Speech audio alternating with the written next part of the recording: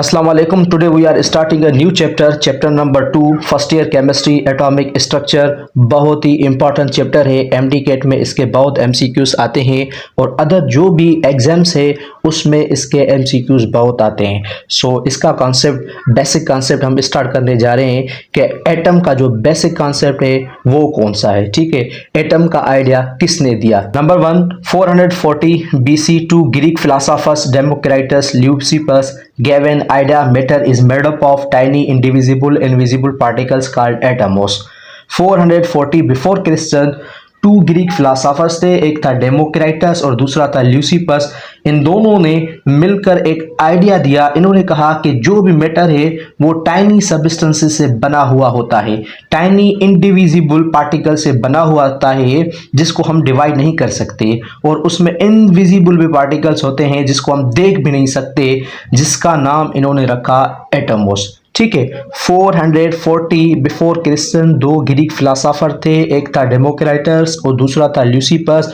इन दोनों ने मिलकर एक आइडिया दिया कि कोई भी जो मैटर है वो बना हुआ होता है टाइनी सब्सटेंसेस से, जो कि इंडिविजिबल होते हैं, जिसको हम डिवाइड नहीं कर सकते, जिसको हम कट नहीं सकते क्योंकि बहुत छोटे पार्टिकल्स होते हैं, इनविजिबल होते हैं, जिसको हम देख भी नहीं सकते।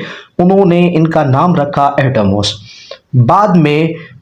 बाद में जो है 4 एलिमेंट्स थ्योरी दी गई, propose by Empedocles and later on supported by Aristotle. ठीक है, 4 एलिमेंट्स थ्योरी को किसने प्रपोज किया? एम्पेडिकुलस। और बाद में जो है उसमें मॉडिफिकेशन किसने की? अरिस्टोटल ने की। ठीक है, तो 4 बेसिक एलिमेंट कौन से हैं? Number 1 earth, number 2 water, number 3 air, number 4 fire. ठीक है, ये 4 बेसिक एलिमेंट्स हैं। Number 3 John Dalton, English chemist John Dalton 1803 proposed atomic theory. English chemist था जॉन डाल्टन। 1803 में इन्होंने एक न्यू थ्योरी बताई। इसने कहा कि मैटर्स जो भी हैं कंपोज्ड ऑफ एटम्स, जो भी मैटर्स है वो एटम के बने हुए होते हैं। एटम्स आर इंडिविजिबल, जो भी एटम है इंडिविजिबल होते हैं, मींस उसको हम डिवाइड नहीं कर सकते, कट नहीं कर सकते क्योंकि वो छोटे होते हैं, छोटे पार्टिकल से बहुत, इसलिए एटम्स और solid spherical particles.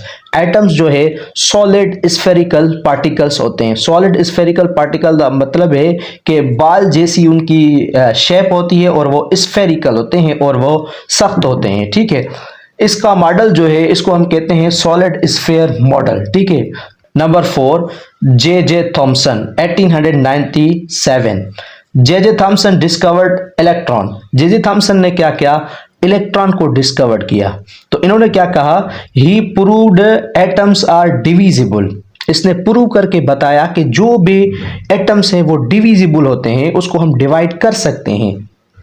Contain similar particles, उसमें सिमिलर पार्टिकल्स होते हैं, छोटे छोटे पार्टिकल्स होते हैं। ही प्रोपोज्ड प्लम पडिंग मॉडल। इसने एक न्यू मॉडल दिया जिसको हम कहते हैं प्लम पडिंग मॉडल। ठीक है, देयर आर 3 मेन सब atomic particles, electron, proton, neutron. J Thomson ने बताया कि एटम जो है डिविजिबल है। एटम के अंदर 3 मेन सब एटॉमिक पार्टिकल्स होते हैं, एक होता है इलेक्ट्रॉन, जो होता है प्रोटॉन, और तीसरा होता है न्यूट्रॉन। ये 3 मेन सब एटॉमिक पार्टिकल्स है जो एटम जो है इस पर, इन पार्टिकल्स पर डिपेंड करता है। सब एटॉमिक पार्टिकल्स ऐसे हैं जो एटम जो है इन पर डिपेंड करता है। सारी प्रॉपर्टीज एटम की इन सब एटॉमिक पार्टिकल्स में होती हैं, इलेक्ट्रॉन, प्रोटॉन और न्यूट्रॉन। ठीक है, नंबर 5 रुदरफोर्ड 1911 डिस्कवर्ड न्यूक्लियस। 1911 में इन्होंने क्या किया? डिस्कवर किया न्यूक्लियस को। इसकी जो थ्योरी है हम आगे डिस्कस करेंगे डिटेल में। ठीक है, नंबर 6 जेम्स चैडविक 1913 में इसने क्या किया? Discovered neutron. न्यूट्रॉन को इसने डिस्कवर्ड किया। Proton discovered by Goldstein. Proton को जो है गोल्डस्टाइन ने डिस्कवर्ड किया। ठीक है, ये मैंने एक स्ट्रक्चर बनाया है एटम का। ये एटम का एक स्ट्रक्चर है, ऐसे ही बनाया है कि आपको जो समझ में आए।